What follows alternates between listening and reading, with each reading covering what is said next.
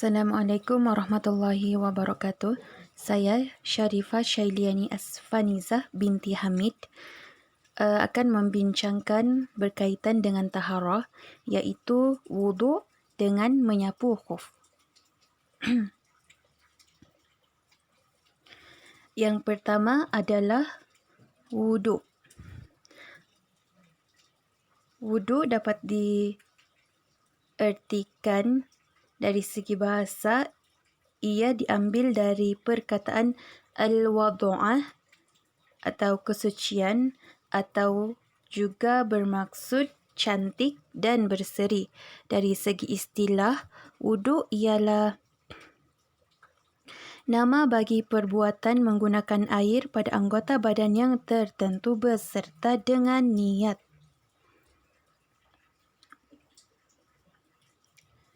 Yang seterusnya adalah rukun wuduk. Yang pertama adalah niat. Niat dalam wuduk dilakukan saat membasuh wajah. Dalam hal ini, bersamaan dengan membasuh wajah, bukan pada saat sebelum membasuh muka dan juga bukan sesudah membasuh muka. Yang kedua adalah membasuh keseluruhan muka, seterusnya membasuh kedua tangan hingga ke siku. Kemudian, menyapu air pada rambut di kepala walaupun sehelai sahaja atau sebahagian darinya. Di sini terdapat beberapa pendapat ulama berkaitan dengan ukuran kepala yang perlu diusap. Yang pertama iaitu Hanafiyah. Hanafiyah berpendapat ukuran kepala yang diusap adalah menurut uruf ataupun kebiasaan, iaitu sesuai dengan ukuran tangan kira-kira tidak lebih 1/4 dari kepala. Kemudian Malikiyah dan Hanabilah pula berpendapat wajib mengusap seluruh kepala bagi lelaki dan tidak wajib membuka sanggul bagi perempuan. Kemudian bagi Syafi'iyah pula wajib diusap hanya sebahagian dari kepala. Rukun wuduk yang seterusnya ialah membasuh kedua belah kaki sehingga ke buku lali. Yang terakhir, tertib, iaitu berurutan. Berurutan membasuh anggota wuduk satu persatu dan mendahulukan rukun wuduk yang harus didahulukan dan mengakhirkan rukun wuduk yang harus diakhirkan. Seterusnya, sunat wuduk. Membaca basmalah pada awal wuduk, kemudian membasuh tangan hingga ke pergelangan tangan sebanyak 3 kali. Seterusnya bersiwak, iaitu memberus gigi, kemudian berkumur dan memasukkan air ke dalam hidung, menyelat janggut, menggosok celah jari tangan dan kaki, menyapu air pada keseluruhan kepala, menyapu air pada 2 telinga di bahagian luar dan dalam, kemudian membasuh atau menyapu 3 kali bagi setiap anggota, kemudian mendahulukan tangan dan kaki kanan ketika membasuh. Seterusnya menggosok anggota yang dibasuh. Seterusnya membasuh berturut-turut sebelum kering basuhan yang terdahulu. Kemudian menjimatkan penggunaan air, melebihkan basuhan sehingga ke bahagian depan kepala ketika membasuh muka dan membasuh lebih tinggi dari bahagian siku.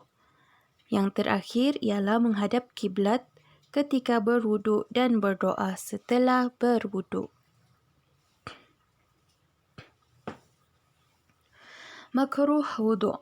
Yang pertama, apabila seseorang menggunakan air yang terlalu banyak, kemudian dia mengelap air setelah berwuduk kecuali jika ada keperluan. Kemudian membasuh lebih atau kurang dari 3 kali. Seterusnya, apabila seseorang mendahulukan anggota kiri berbanding yang kanan. Kemudian perkara makruh yang seterusnya ialah memukul muka dengan air. Kemudian meminta bantuan orang lain kecuali jika ada keperluan. Yang terakhir, berkumur dan memasukkan air ke dalam hidung secara berlebihan bagi orang yang berpuasa.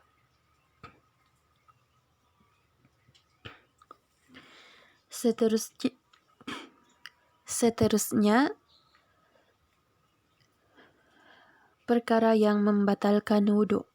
Yang pertama, keluar sesuatu dari dua kubul dan dubur. Kemudian, hilangnya akal disebabkan gila, pengsan, mabuk dan tidur yang nyenyak. Bersentuhan dengan yang bukan mahram. Kemudian tidur dalam keadaan tidak berwuduk. Yang terakhir, menyentuh kemaluan sendiri atau orang lain depan atau belakang dengan bahagian tapak tangan tanpa lapik.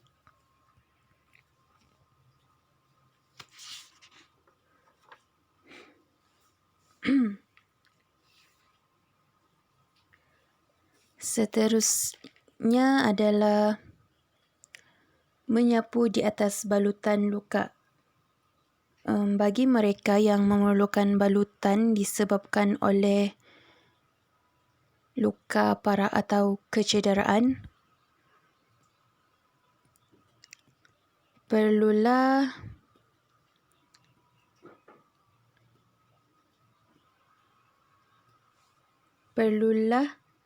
membasuh anggota wuduk yang lain dan hanya menyapu air sahaja di atas balutan serta bertayamum bagi menggantikan anggota yang cedera. Ini bagi anggota yang memerlukan balutan. Seterusnya bagi anggota yang tidak memerlukan balutan. Mereka hendaklah bertayamum bagi menggantikan basuhan anggota yang cedera setelah berwuduk. Dia perlu bertayamum setiap kali solat fardu dan tidak perlu berwuduk kecuali jika dia berhadas. Kemudian seterusnya berkaitan dengan ibadah bagi mereka yang mempunyai balutan, iaitu di mana ibadah mereka perlu diganti jika yang pertama, dia meletakkan balutan ketika tiada wuduk dan tidak dapat membukanya semula. Kemudian sekiranya kecederaan itu di tempat tayamum, iaitu muka dan tangan. Seterusnya, balutan yang dibuat melebihi anggota wuduk yang cedera.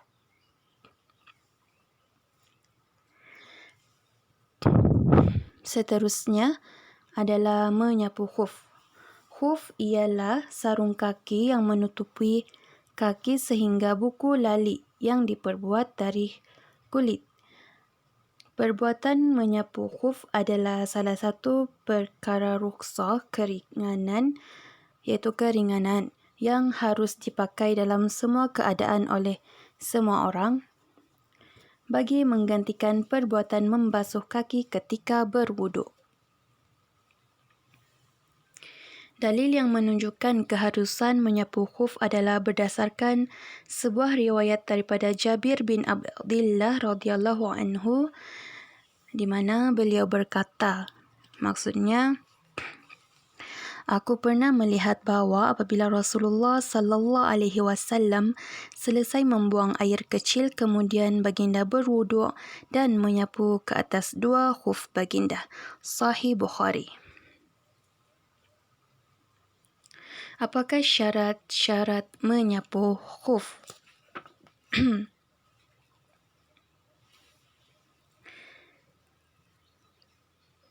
Khuf hendaklah dipakai setelah kita berwuduk dengan sempurna. Kita hendaklah juga memakainya ketika berada dalam keadaan suci dari hadas, iaitu memakainya dalam keadaan berwuduk. Sama. Seterusnya, menutupi keseluruhan kaki yang wajib dibasuh ketika mengambil wuduk. Kemudian, khuf hendaklah tidak dimasuki air kecuali pada bahagian jahitannya. Yang seterusnya, tahan lasak, iaitu tahan di bawah berjalan secara berterusan oleh orang yang bermusafir dan orang yang bermukim.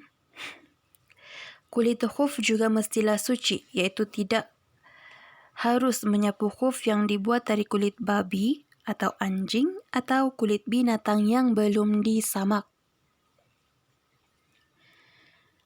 Seterusnya, waktu untuk menyapu khuf.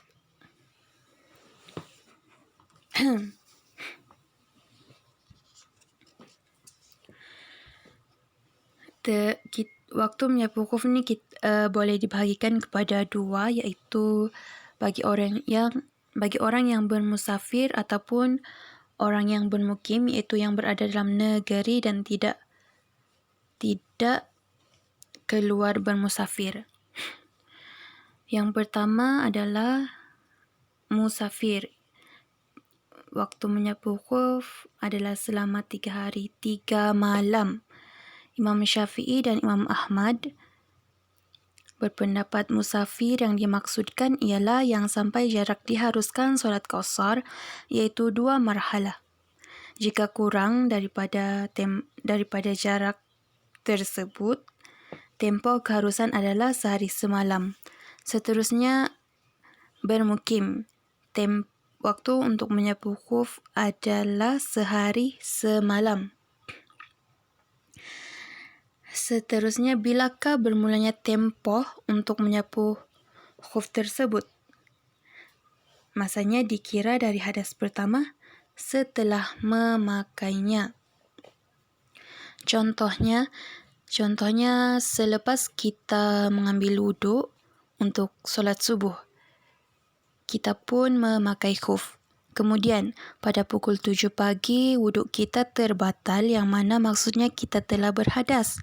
Jadi, tempoh menyapu khuf kita bermula dari jam 7 pagi tersebut dan berterusan hingga selepas sehari atau 3 hari melihat kepada kedudukan kita tadi. Okey. Yang seterusnya, tempoh waktu menyapu khuf ni adalah berdasarkan kepada dalil yang bermaksud Nabi SAW telah memerintahkan kami supaya menyapu di atas kedua khuf kami apabila kami memakainya dalam keadaan bersih atau suci selama 3 hari, apabila kami dalam musafir, dan sehari semalam jika kami dalam bermukim. Kami tidak perlu mencabutnya dengan sebab berak atau kencing atau tidur. Kami hanya perlu mencabutnya apabila berjunub. Riwayat Ahmad. Bagaimanakah cara untuk menyapu khuf? Yang pertama, khuf wajib disapu pada kita wajib cara menyapu khuf wajib disapu pada bahagian atas khuf walaupun sedikit dan tidak memadai menyapu di bawahnya saja. Kemudian, kita disunatkan meletakkan jari-jari tangan kanan yang terbuka di atas khuf berhampiran, jari kaki dan jari-jari tangan kiri di sebelah bawah khuf berhampiran tumit, serta menyapunya serentak ke arah yang bertentangan.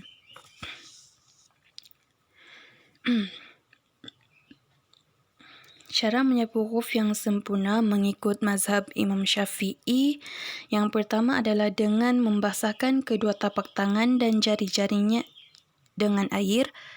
Yang kedua, meletakkan tapak tangan kanan di bahagian atas khuf, iaitu di hujungnya, dan tapak tangan kiri pula diletakkan di bahagian bawah kasut, iaitu di belakangnya ataupun bahagian tumit.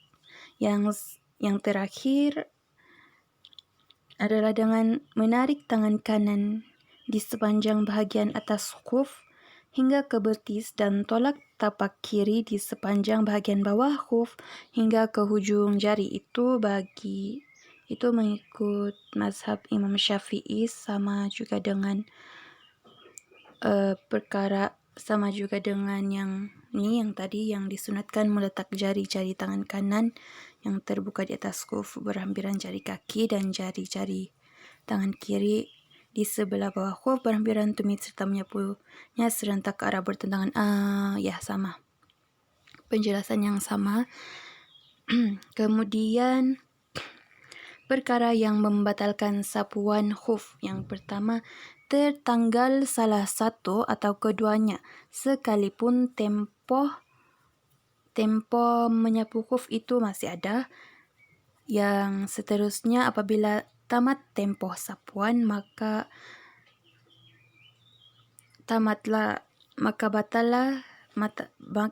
itu juga termasuk dalam perkara yang membatalkan sapuan khuf. Yang seterusnya, terjadinya perkara yang mewajibkan mandi, iaitu berhadas besar, sama ada kerana berjunub, kedatangan haid dan nifas atau melahirkan anak.